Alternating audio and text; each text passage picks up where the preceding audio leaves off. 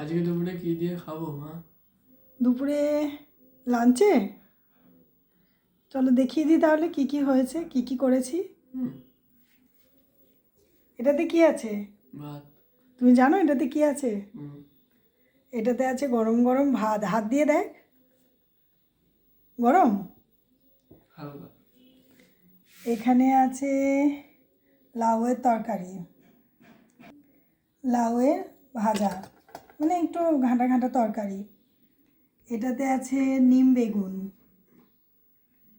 এটাই আছে আলু ভাজা, যেটা শুনে একদম খাবে না তাই তো, শুয়ে পড়লি কেন? খাবো।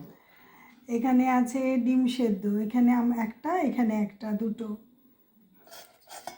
এটাতে আছে পাবদা মাছ, দেখাই ভালো করে, এই যে পাবদা মাছ। আর এটাতে আছে মাছের মাথা দিয়ে ডাল।